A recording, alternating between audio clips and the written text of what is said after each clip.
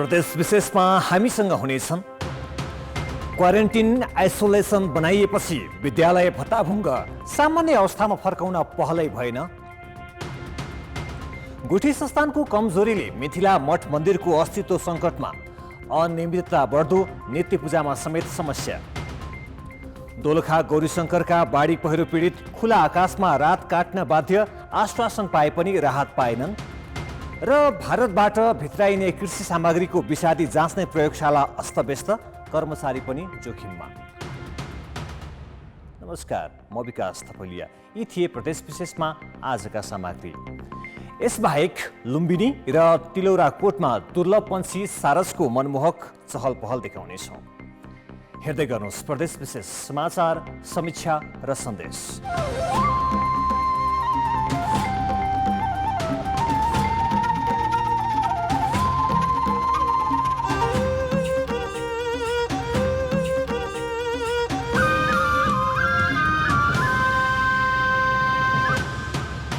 प्रदेश विशेष। प्राकृतिक प्रकोप होस् या अन्य विपद, सबैलाई आश्रय दिने थलो विद्यालय हुन्छन्। त्यही भएको छ कोरोना भाइरसको संक्रमणका बेलामा पनि। नयाँ शैक्षिक सत्र सुरु भएदेखि बालबालिका पढ्न जान पाएका छैनन्, तर सरकारले क्वारेन्टिनदेखि आइसोलेसन सेन्टर विद्यालयलाई नै बनाएको छ। बुटवल उपमहानगरपालिकाको प्रत्येक वडामा उपमहानगरपालिकाकै लगानीमा बनेका सामुदायिक भवन छन्, तर कोरोना आशंकाका व्यक्तिहरूलाई राख्ने क्वारेन्टिन भने ती भवनमा बनाइएको छैन। हरेक क्वारेन्टिन विद्यालयकै भवनमा बनेका छन्। भौतिक पूर्वाधारको पनि एउटा निश्चित मापदण्ड सहितको भौतिक पूर्वाधार नहुँदाखेरि क्वारेन्टाइनको वैज्ञानिक व्यवस्था नहुने र सेवा सहज ढङ्गले दिन अप्ठ्यारो परेका कारणले हामीले विद्यालय प्रयोग गर्नु परेको हाम्रो बाध्यता हो। नयाँ शैक्षिक सत्र सुरु भएदेखि बालबालिका विद्यालय जान पाएका छैनन्, तर बुटवल जस्तै देशभरकै स्थानीय तहले कोरोना संक्रमणको आशंकामा रहेका व्यक्तिलाई विद्यालयमा राखेका छन्। शिक्षाको मन्दिर मानिने कतिपय विद्यालयलाई कोरोना संक्रमितलाई राख्ने र उपचार गर्ने आइसोलेसन सेन्टर समेत बनाइएको छ। सामुदायिक भवन अभावले विद्यालयलाई क्वारेन्टिन र आइसोलेसन सेन्टर बनाउनु परेको प्रदेश 5 सरकारको भनाइ छ। प्रदेशमा चाहिँ हामीले 1900 समथिङ चाहिँ क्वारेन्टाइन निर्माण गर्यौँ। त्यसमध्येमा 1083 चाहिँ विद्यालय र कलेजमा बनेका छन्। त्यस्तै गरी हामीले चाहिँ 114वटा जति चाहिँ आइसोलेसन सेन्टरहरू भने त्यसमध्येमा 49वटा चाहिँ आइसोलेसन सेन्टरहरू चाहिँ विद्यालयहरूलाई नै बनाइएको छ। तर हामीले पछिल्लो चरणमा यसको ग्राफ बढ्दै गएपछि पहिलो लटमा चाहिँ क्वारेन्टाइनहरू बन्द गर्दाखेरि विद्यालयहरूबाट बन्द गर्नु, कलेजहरूबाट बन्द गर्नु भनेका थियौँ र त्यसै विद्यालयहरूबाट बन्द हुँदै आएका छन्। त्यसै गरी आइसोलेसन सेन्टरहरू पनि बन्द गर्दा पहिला चाहिँ विद्यालयबाट बन्द गरौँ भनेका छौँ, तर आइसोलेसन सेन्टरहरू अझै बन्द भइसकेका छैनन्। उसो त सार्वजनिक समारोह गर्न तथा विपद प्रभावितलाई संरक्षण गर्न प्रदेश 5 सरकारले एक पालिका एक बहुउद्देश्य सभाहाल अभियान ल्याएको थियो। आर्थिक वर्ष 2075-76 मा यस शीर्षकमा 74वटा स्थानीय तहले 60 लाखका दरले रकम लगेका थिए, तर स्थानीय तहले भवन बनाउन उत्साह देखाएनन्। गएको असारसम्म जम्मा 10वटाले मात्रै भवन सम्पन्न गरेका कागजात मन्त्रालयमा पठाएका छन्। उहाँहरूको जग्गाको समस्या, पहाडी क्षेत्रमा जमिनको चाहिँ अभाव, अनि जमिन खोज्दा खोज्दै उहाँहरूलाई समय लाग्यो। हामीले बजेट विनियोजन गरिहाल्यौँ। अब पालिकाहरूले चाहिँ जग्गा पहाडको ठाउँमा सम्म जग्गा पनि पाइँदैन, अनि पालिकाको केन्द्रसँग मिलाएर बनाउनु पर्यो। त्यसले गर्दा उहाँहरूका धेरै समस्याहरू छन्। अब अनि जहाँ जग्गा उपलब्ध भयो त्यहाँनिर चाहिँ पहिरो जान सक्ने सम्भावना होइन आदि इत्यादिले गर्दा चाहिँ उहाँहरूले त्यसलाई चाहिँ कार्यान्वयन गर्न नसक्नु भएको हो। प्राकृतिक प्रकोप होस् या अन्य विपद, सबैलाई आश्रय दिने थलो अहिले विद्यालय बनेका छन्, जसले बालबालिकाको पढाइ रोकिने मात्र होइन संक्रमण सर्ने समेत डर हुन्छ। विपदमा परेका व्यक्तिको आश्रय स्थल विद्यालय हुन नदिन अब हरेक स्थानीय तहले सामुदायिक भवन बनाउने र विद्यालयलाई सुरक्षित गर्ने रणनीति अवलम्बन गर्नुपर्छ। कान्तिपुर समाचारका लागि क्यामेरामा स्वस्तिक श्रेष्ठका साथ अमृता अनमोल, बुटवल, रूपन्देही। अब विद्यालयहरूबाट क्वारेन्टिनदेखि आइसोलेसन सेन्टर हटाउनुपर्छ। यसले एकातर्फ बालबालिकामा मानसिक त्रास बढाएको छ भने असुरक्षा पनि। सँगै विद्यालयहरूलाई राम्रोसँग निर्मलीकरणमा ध्यान दिनुहोस्। गुठी संस्थानकै पदाधिकारी र कर्मचारीको लाचार लाचारिताका कारण प्राचीन मिथिलाका मठ मन्दिरको अस्तित्व नै सङ्कटमा पर्दै गएको छ। सार्वजनिक जग्गा बेचेको आरोपमा हटाइएका र हत्या गरी फरार रहेका महन्तको स्थानमा गुठीले अर्का महन्त नियुक्ति गर्न कुनै चासो नदेखाएपछि सार्वजनिक सम्पत्तिको दुरुपयोग बढ्दो छ भने मठ मन्दिरमा हुने नित्य पूजामा समेत समस्या उत्पन्न भएको छ। गुठी संस्थान अन्तर्गत विभिन्न मठ मन्दिर मध्ये महोत्तरी मठियानीको लक्ष्मीनारायण मठ अग्रणी स्थानमा पर्दछ। बितेका 23 वर्षमा सार्वजनिक सम्पत्ति संरक्षणको साटो विभिन्न जिल्लामा रहेका धेरै मूल्य पर्ने 22 बिघाभन्दा बढी जमिन अनाधिकृत रूपमा बेचेको आरोपमा जगन्नाथ दासलाई हटाइएपछि यो मठमा विगत 9 महिनादेखि महन्त छैनन्। महन्तको अभावमा नियमित पूजा, अतिथि स्वागत सत्कार र सार्वजनिक सम्पत्तिको रेखदेखमा समस्या उत्पन्न भएको हो। इमानमा त अपदस्थ भएको छ, या त उसलाई नेता दिनुपर्ने होइन भने कुनै अर्कोलाई त तुरन्त व्यवस्थित गर्नुपर्छ। वास्तवमा त्यो अति नै दुःख लाग्ने कुरा हो। गुठीले व्यवस्थित गर्नु पर्यो। विडम्बना नै भन्नुपर्छ। अर्बौंको सम्पत्ति रहेको यस मन्दिरमा स्थापित भगवान लक्ष्मीनारायणलाई धार्मिक कार्यमा वर्जित मानिने सोयाबिनको भोग लगाइन्छ। मसुरीको दाल त बन्दैन, यो म झुट भन्दैनौँ, तर सोयाबिनको साग बन्छन्। साधुहरूको भन आज के खाएको हामी यस्तो दिन्छु नि, त सोयाबिन खैलिए साग बन्दैछ। सार्वजनिक जग्गा बिक्री गरेकोले महन्तलाई जिम्मेवारीबाट हटाइए पनि गुठी संस्थानले कानुनी कारबाही र सम्पत्ति फिर्ताको कुनै पहल नगरेपछि जगन्नाथ दास निर्धक्कका साथ अहिले पनि लक्ष्मीनारायण मठमै बस्छन्। मन्दिरको कारोबार जगन्नाथकै हातमा छ। गुठी संस्थान केन्द्रीय कार्यालयले सो विषयमा अर्को महन्त राख्ने वा उसैलाई राख्ने भन्ने विषयमा अहिले कारबाही अगाडि बढिरहेको छ। गुठी संस्थानले महन्त नियुक्त गर्न नसकेपछि जनकपुर धामको निकै प्रख्यात रत्नसागर मन्दिर पनि विगत 15 महिनादेखि महन्त विहीन छ। मन्दिरका तत्कालीन महन्त बेकुण्ठ दास हत्याको आरोपमा 12 वर्ष जेल सजाय पाएपछि आफै फरार रहे पनि यस मन्दिरमा उनकै भाइ अनिल तिवारीको कब्जा छ। मन्दिरको आम्दानी अहिले पनि अप्रत्यक्ष रूपमा बैकुण्ठले नै असुली गरिरहेका छन्। हटाइएका नै त्यहाँ छन् भने त्यो तुरन्त हटाएर त्यहाँ अर्को नयाँ नियुक्ति गरेर त्यो भएको त्यहाँ गलत कुरा भइराखेकोलाई हटाएर त्यसलाई चाहिँ राम्रो गर्नुपर्छ। मठ मन्दिरका नाममा रहेको जमिन बेचेर महन्त, तिनका आफन्द र जग्गा बिचौलियाहरू करोडपति भएका छन्।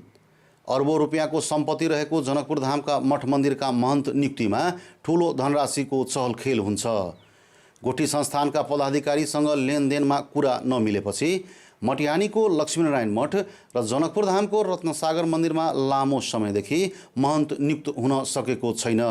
लामो समयदेखि रिक्त रहेको स्थानमा महन्तको पदपूर्ति गरी बिक्री भएको सरकारी जग्गा फिर्ता र बिक्रीमा संलग्न महन्तमाथि थप छानबिन गरी कारबाही गर्न आवश्यक देखिएको छ। कान्तिपुर समाचारका लागि क्यामेराम्यान ब्रिकेश यादवका साथ अनिल मिश्र, जनकपुर धाम, धनुषा। गुठीका सम्पत्तिको अनियमितता बढेको छ। चल अचल सम्पत्तिको दुरुपयोगमा कर्मचारीकै संलग्नता देखिन्छ।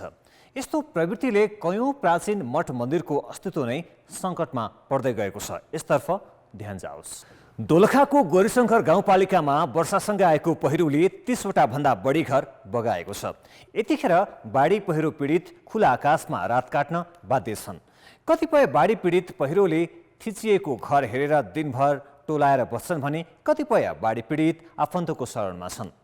पहिरोले सडकदेखि हिँड्ने बाटो समेत पुरेपछि खाद्यान्न लगायत दैनिक उपभोग्य वस्तुको ढुवानी समेत प्रभावित बनेको छ। दोलखाको गौरीशङ्कर गाउँपालिका टुनिटारकी फुलमाया तमाङले बाढी र पहिरोबाट ज्यान जोगाउन त सकिन्, तर उनको बास कहिले खुला आकाश त कहिले छिमेकीको पिँढीमा हुने गरेको छ।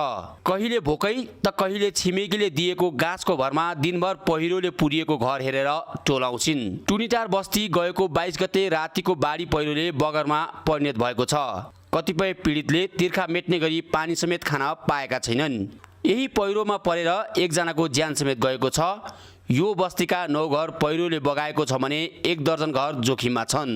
बाढी आउने बेलामा चाहिँ यो ठिले कान्छा घर गएको थियो, उता घर पुगेको थियो हामी, अनि त्यति बेला बाढी आइहाल्यो। अनि त्यहाँ पनि भाग्यौँ हामी त, आफ्नो ज्यानको सुरक्षा गर्नु परिहाल्यो, भाग्यौँ हामी त। अहिले चाहिँ अब कोही हुनुहुन्न, एक्लै बस्नुहुन्छ? अनि कोही छैन, अनि खानेपानी पनि छैन। यो हटाउने काम चाहिँ कसले गरिदिन्छ, के गरिदिन्छ, यो हटाउने कामको लागि चाहिँ आग्रह गरेँ मैले यो हटाइदिनु भयो भने सधैँ त नआउला पहिरो।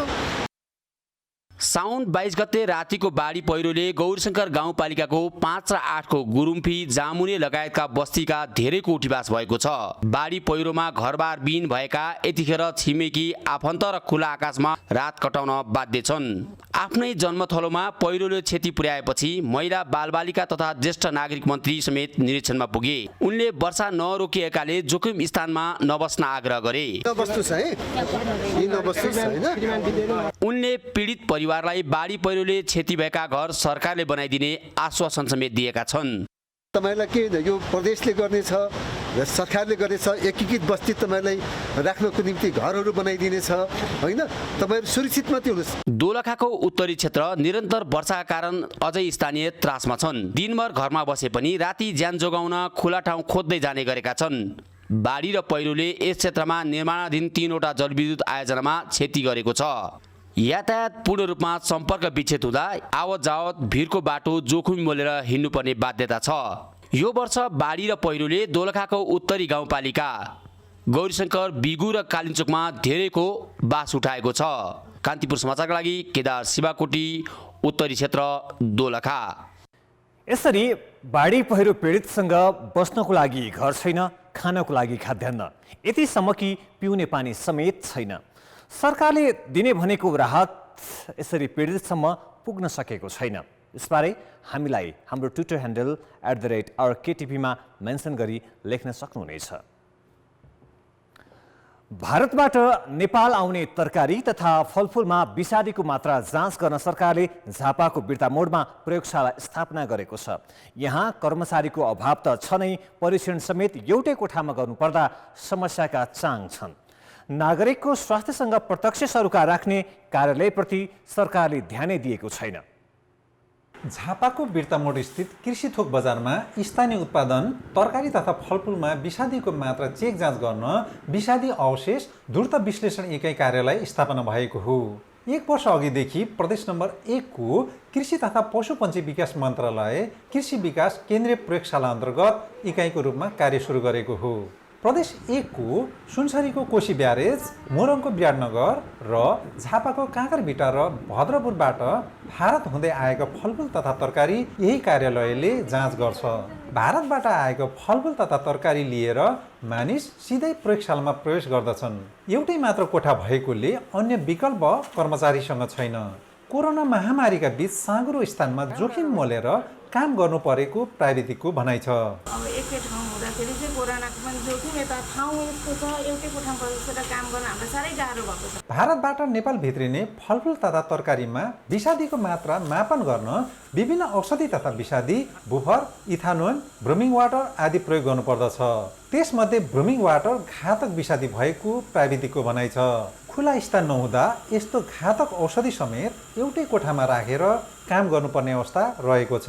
हाम्रो दिनभरिमा जति हामी जाँच गर्छौँ त्यो स्याम्पल हामी कहाँ राख्ने ठाउँ छैन। अब यहाँ राख्यो भने पुरै भुसुना लाग्ने, बाहिर राख्ने ठाउँ छैन। कमसेकम हामीलाई अब स्याम्पलै राख्नु छ भने कहाँ राख्ने? फलफुल तथा तरकारीमा विषादी रोगआउटको मात्रा 35% भन्दा कम भए खान योग्य हुने, 35 देखि 45% भए 1 हप्ता राखेर खान योग्य हुने प्रयोगशालाले जनाएको छ।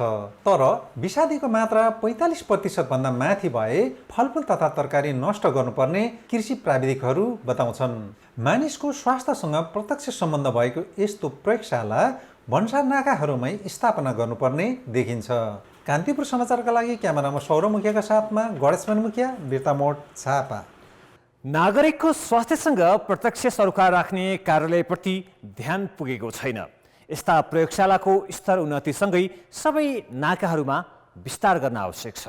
रुकुम पश्चिमको त्रिवेणी गाउँपालिकाका 1 जना कर्मचारीले गरेको आर्थिक अनियमितताका विषयमा तैचुप मैचुपको अवस्था सिर्जना भएको छ। गाउँपालिकाका लेखापाल हेमन्त केसीले फरक फरक मितिमा आफ्नो नाममा 8 लाख, श्रीमतीको नाममा 8,68,000 र गाउँपालिकामै लेखा सहयोगीका रूपमा कार्यरत भतिजको नाममा तलब शीर्षकमा 7,91,000 रुपैयाँ गरी जम्मा 24,92,272 रुपैयाँ जम्मा गरेको पुष्टि भइसक्दा समेत घटनाको अनुसन्धान र कारबाही प्रक्रिया अघि बढेको छैन। जिल्ला प्रशासन कार्यालयले यसअघि कारबाही गर्ने प्रतिबद्धता व्यक्त गरे पनि अझै कारबाही भएको छैन। हामीले कागजात नियन्त्रण लिइसकेको अवस्था छ र लिइसकेर हामीले अनुसन्धानको क्रममा मैले अनुसन्धान गर्नको लागि समिति गठन गरिदिएको छु। समितिले अध्ययन गरिरहेको अवस्था छ र अध्ययन गरिसकेपछि समितिले मलाई प्रतिवेदन दिन्छ। मैले त्यो प्रतिवेदनमा मेरो आफ्नो राय साथ उचित र यथोचित कानुन सम्मत चाहिने हदैसम्मको कारबाहीको लागि मैले तालुक निकायमा लेखी पठाउँछु। सरकारको नाममा रहेको रकम व्यक्तिगत खातामा जानु गम्भीर विषय भएको भए पनि यसमा कार्यालयका जिम्मेवार मानिएका प्रमुख प्रशासकीय अधिकृत दिपेन्द्र रावलले भने आफूलाई त्यो रकम कसरी व्यक्तिको खातामा पुग्यो भन्ने जानकारी नभएको प्रतिक्रिया दिएका छन्। उता गाउँपालिकाका अध्यक्ष झक्कु प्रसाद घरतीले जनप्रतिनिधिले छानबिन गरेकै कारण यो अनियमितता बाहिर आएको र घटनाको सत्य तथ्य पत्ता लगाएर कारबाही गर्ने बताएका छन्।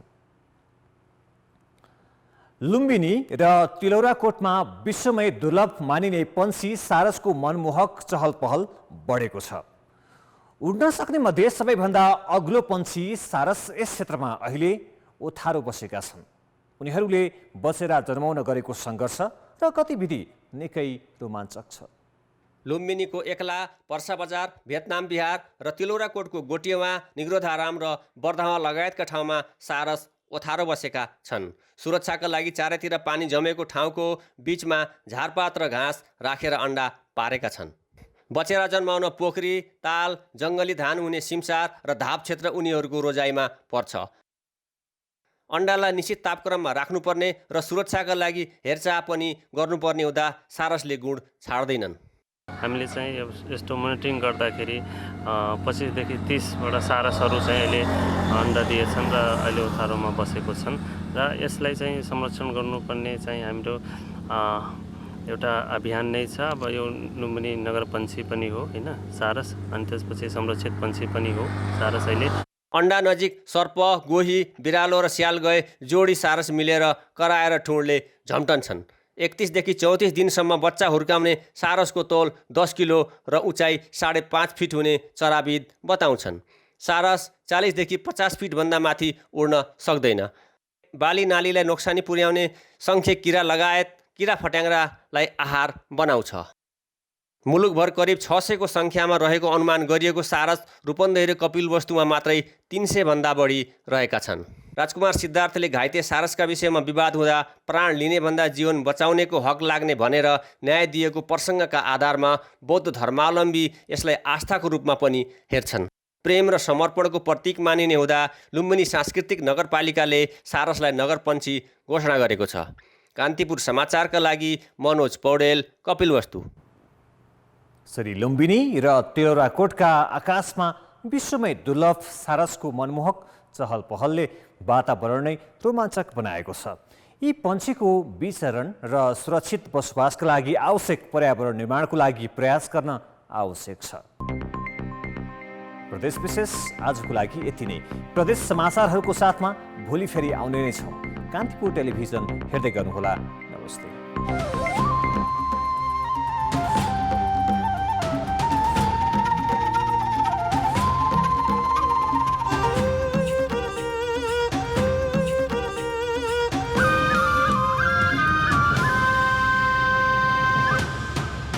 प्रदेश विशेष